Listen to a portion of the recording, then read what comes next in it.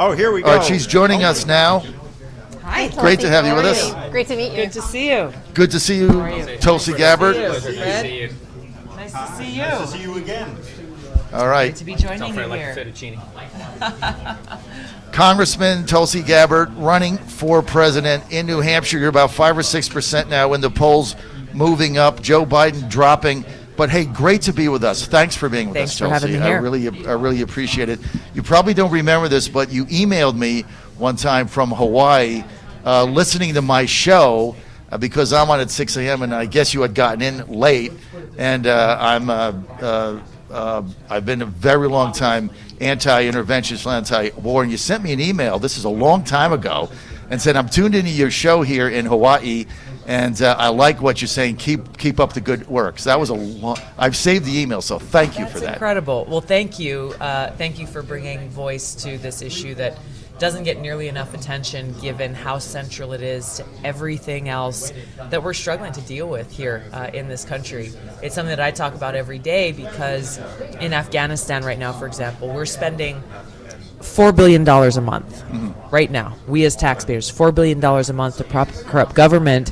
That our own government officials are saying, why are we still doing this? Why are we still there in Afghanistan? And you just think about what kind of impact we could make with those resources here at home. With $4 billion a month, let me just ask you something. We're on the same page with this. I've been opposed to all these wars. We can't get out of them. But we're based in Washington, and when you go up there and you see the grip that the neocons, the warmongers, the Cheney faction who have been unrepentant warmongers and wrong about everything in foreign policy for 5 decades, still haven't apologized for it. Why have the neocons in Washington, why are they so entrenched, Congresswoman? Here's the sad part. It is not only the neocons, it's the neolibs as well. And this is where over time we've seen how it's not just people of one party. There's this unity for the wrong reasons by warmongers in Washington, the foreign policy establishment, the military-industrial complex, people who've defined their whole careers or gained power and influence or money based on the continued waging of wasteful regime change wars that do not make us any safer, but that serve their own selfish or financial or powerful interests. And I think what you've seen throughout my time in Congress, and especially on this presidential campaign, is the fact that I am speaking the truth, much as you are, about the cost and the consequences of these wars, the impact on human lives, American lives, and taxpayer dollars. They know I'm not going to march to the beat of their drum, and therefore make every effort to try to undermine smear my character, undermine my campaign. And yet they refuse to debate me on the substance of why I have the position that I have, the leadership I'll bring as commander-in-chief in bringing about this sea change in foreign policy, and try to defeat me there, because they can't do it. They can't deny the facts and the truth and the cost on this country of their warmongering foreign policy. Why is it that whenever we try to pull troops out of somewhere, Washington runs around with their hair on fire, like the president getting 1,000 troops out of Syria? Remember the 5 days that went on there? Yes. You would have thought it was going to be the end of the world. Yes. Why is that? I think, again, this shows the hypocrisy in Washington, that even as many people in my own party have been so critical of President Trump, in many cases, I think rightly so. He's deployed more troops to the Middle East, I think 15,000 since May of last year alone. But when it comes down to saying, hey, it doesn't make any sense if our troops are not there working for our country's national security in fighting Al-Qaeda and ISIS and other jihadist groups, they shouldn't be there. They should be coming home. And yet we see that opposition, I think, largely because of political interest. Well, it's because it's Trump. Congresswoman Gabbard, how do we get out of Afghanistan? I mean, we've been there 2 decades now. We just had 2 servicemen shot dead the other day, again, with an assault. If you were president, how would you get us out of Afghanistan? I would begin the withdrawal to make sure that our troops came home within my first year in office. This is something that should have happened a long time ago.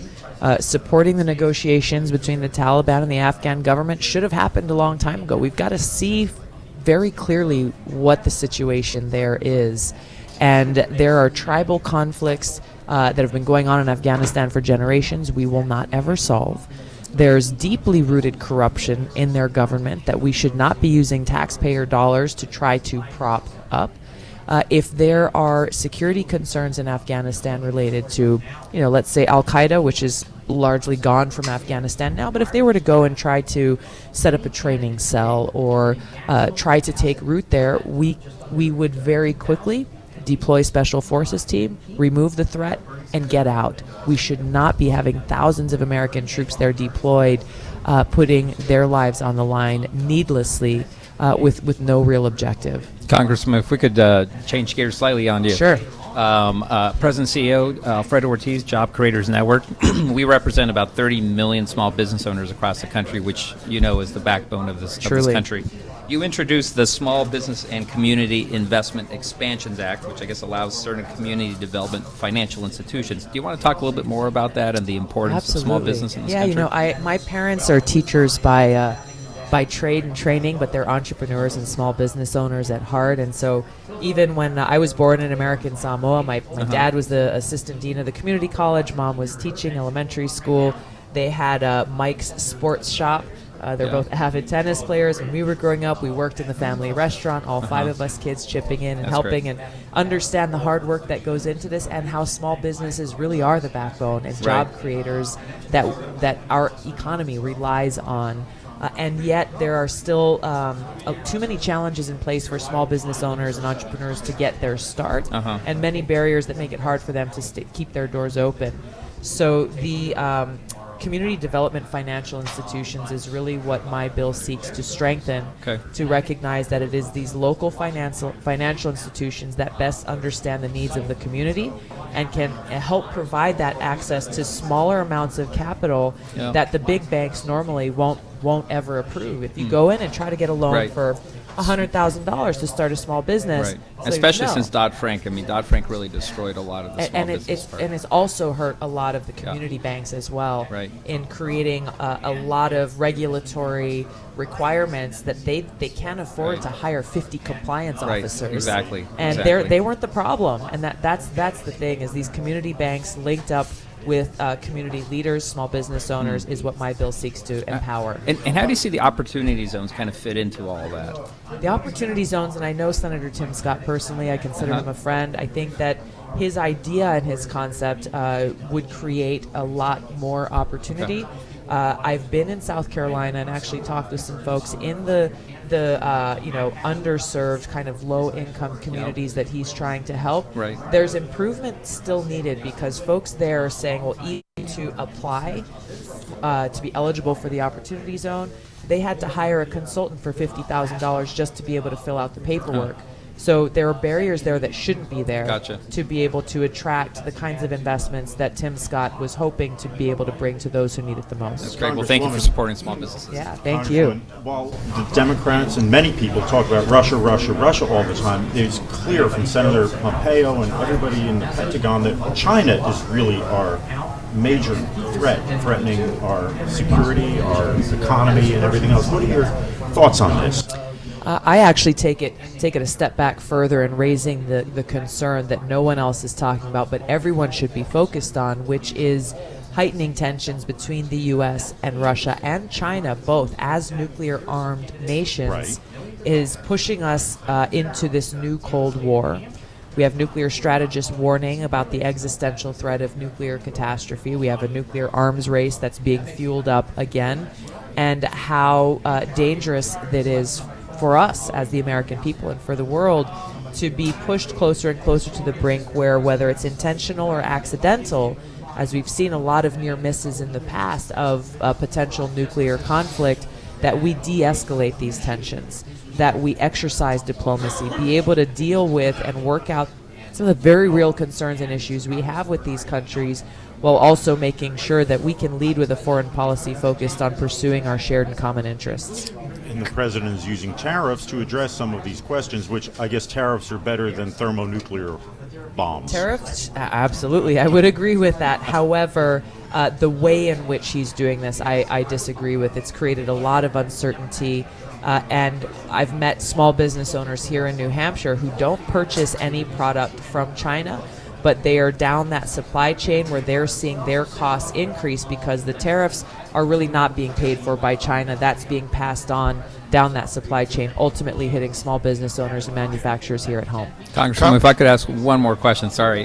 Yesterday, Tom Steyer called for a $22 per hour minimum wage.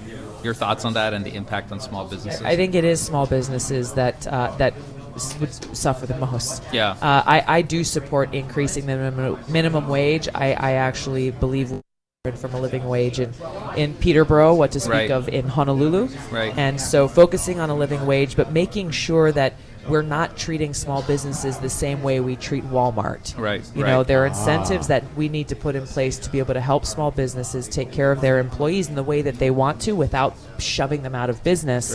Right. And recognize that if you've got, 10, 15, or 50 employees, you are not even in the same universe Right. as a Walmart Right. that can and should be paying their 'Cause something like employees a 22 living is wage. going to kill them. It will.